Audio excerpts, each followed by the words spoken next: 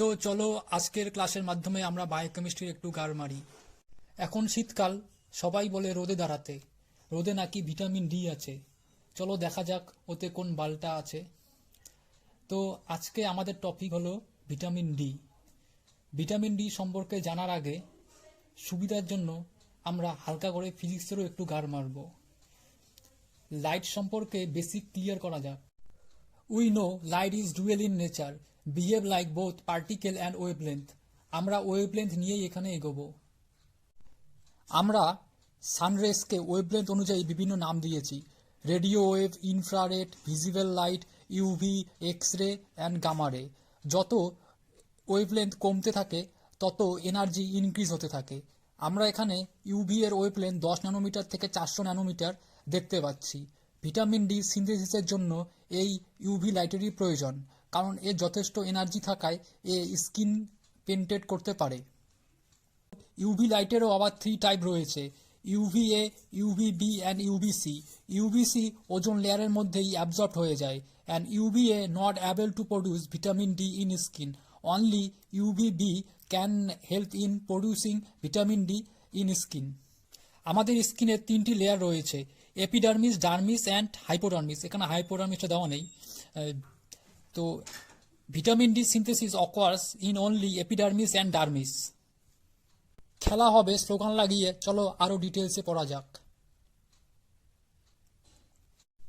UVB যখন painted করে স্কিনের এপিডার্মিস এবং ডার্মিসে এসে পৌঁছায়, তখন স্কিনে থাকা 7D হাইড্রোক্সি কোলেস্টেরল কলিক্যালসিফেরলে কনভার্ট হয়ে যায়। এই কলিক্যালসিফেরল হচ্ছে ভিটামিন ডি এর ইনঅ্যাক্টিভ ফর্ম। এই কলিক্যালসিফেরল ব্লাড সার্কুলেশনের মাধ্যমে লিভারে এসে পৌঁছায়। এই যে তোমরা লিভার দেখতে পাচ্ছ, লিভারে এসে কলিক্যালসিফেরল 25 হাইড্রোক্সি কলিক্যালসিফেরলে কনভার্ট হয়ে যায় by the help of 25 হাইড্রোক্সিলেস।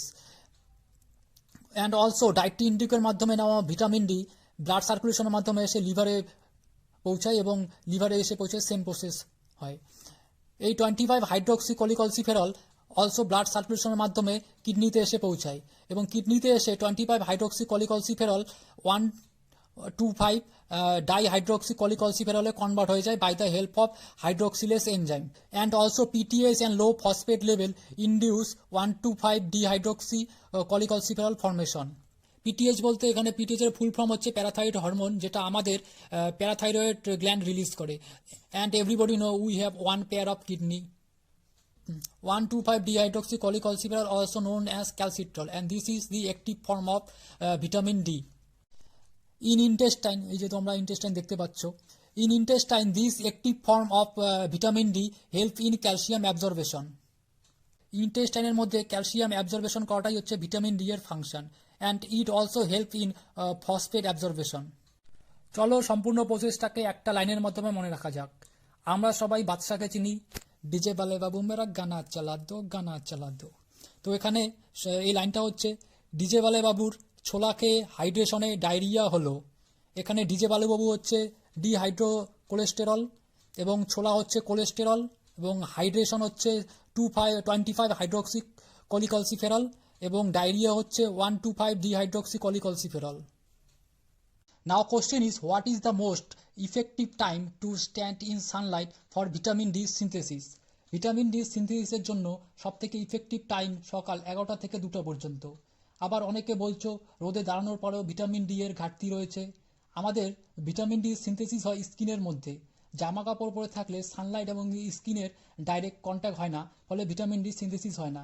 Vitamin D synthesis বাড়াতে হলে ল্যাংটা হয়ে রোদে দাঁড়াতে হবে।